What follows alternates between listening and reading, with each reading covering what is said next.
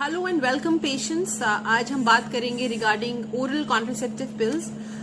आप में से बहुत यंग पेशेंट्स ऐसे हैं जिनका डिमांड पे मैं ये वीडियो बना रही हूँ, जिनको क्लैरिटी चाहिए रिगार्डिंग दिस। और ओपीडी के अंदर सीइंग सो मेनी पेशेंट्स बहुत तफसील से मैं इस बारे में नहीं बता पाती हूँ। तो आज हम बात करेंगे regarding the much in Vogue oral contraceptive pills, जिनको किस तरह से लेना है, उसके क्या साइड इफेक्ट्स हैं, बीच में छोड़ देंगे तो क्या प्रॉब्लम आएगी, और उससे पीरियड्स और उससे नुकसान क्या है, उसके फायदे क्या हैं, so on and so fourth. तो सबसे पहले तो ओरल कॉन्ट्रासेप्टिव पिल्स उन पेशेंट्स को या उन कपल्स को दी जाती है जिनके अंदर the frequency of intercourse is like on a regular basis. मतलब वो पेशेंट्स जो अपने हस्बैंड से दूर हैं for months together and then they are like meeting after maybe a gap of 6-7 months, जैसे जिनके हस्बैंड्स बाहर काम कर रहे हैं और वो सिर्फ 2-3 महीने के लिए छुट्टी में आते हैं, उनके लिए ये कॉन्ट्रासेप्शन बहुत अच्छा और बहुत फायदेमंद कॉन्ट्रासेप्शन नहीं है, for the simple reason that it's a hormonal contraception and it has its effects, it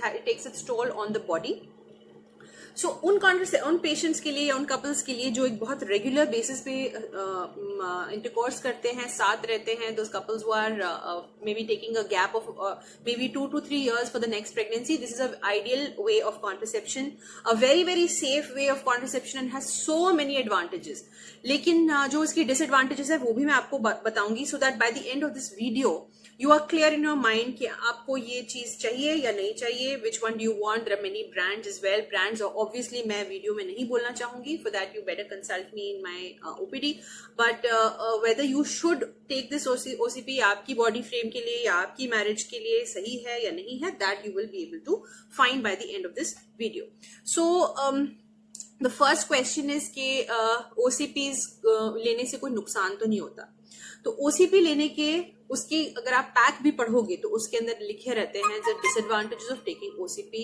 कुछ लोगों को वेट गेन होता है, कुछ लोगों को मुंह का टेस्ट बदल जाता है, किसी की एपेटाइट लॉस होती है, और कुछ लोगों को बस नॉजिएटेड फील रहता है। Otherwise OCPs are very very safe. I will strongly recommend OCPs to those patients who are together with their husband, and they're taking for having an intercourse at a regular basis. उनके लिए बहुत अच्छा और बहुत ही safe way है to avoid pregnancy.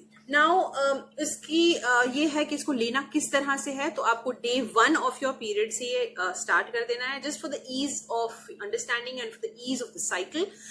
day 1 से आपको start कर देना है। ये 21 days के लिए on रहता है, that is 21 days on and 1 week off. So if you started it on Tuesday, तो आपको नेक्स्ट ट्यूसडे तक खाना है, उसके नेक्स्ट ट्यूसडे तक खाना है, उसके नेक्स्ट ट्यूसडे से नेक्स्ट ट्यूसडे तक खाना है, एंड देन ऑफ, खत्म।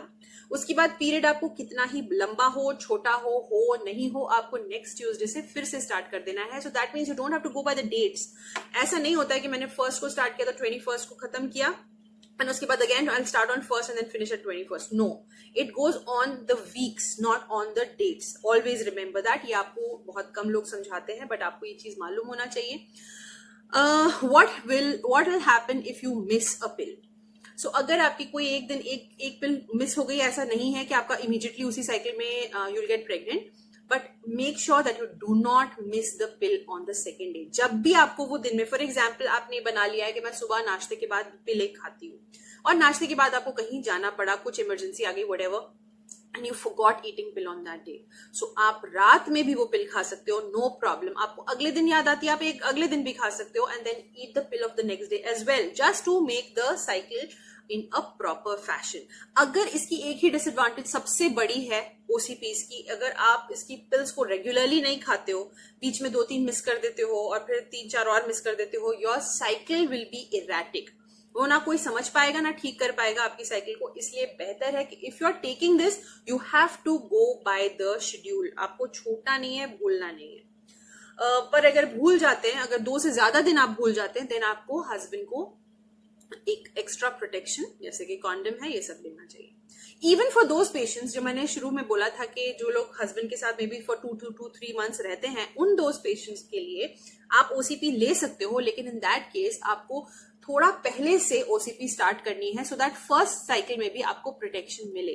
क्योंकि कभी कभी क्या होता है, the recruitment of follicles, that means ovulation, देखिए हमारे लिए सबसे इंपॉर्टेंट चीज है कि उस साइकिल में अंडा बना या नहीं, और ये ओसीपीज जो होती हैं, दीज मेडिसिन, वो अंडा बनना रोक देती हैं।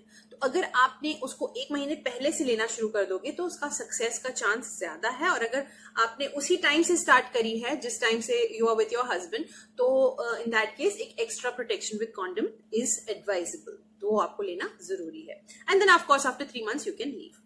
अब सवाल आता है कि इसके एडवांटेजेस क्या हैं, डिसएडवांटेजेस तो काफी सारे मैंने आपको बता दिए, इसके एडवांटेजेस क्या हैं, तो इसके एडवांटेजेस बहुत सारे हैं। मैंने कॉपर टी की सेगमेंट बनाते हुए आप लोगों को बताया था कि जिन लोगों को गड़बड़ ब्लीडिंग होती है, जिनके पीरियड्स गड़बड़ हैं, कभी ज्यादा आ रहा है, कभी कम आ रहा है, कभी देर में आ रहा है, कभी जल्दी आ रहा है, उनके लिए कॉपर टी नहीं है, until unless of course उनको ठीक से डायग्नोज किया गया है, उसका इलाज हुआ है, ऑल दैट। तो एबनॉर्मल विजाइनल ब्लीडिंग के लिए, अनडायग्नोज्ड विजाइनल ब्लीडिंग के लिए copper T is not the ideal option. But OCPs यानी कि ओरल कॉन्ट्रासेप्टिव पिल्स ऐसे ही पेशेंट्स के लिए आइडियल है।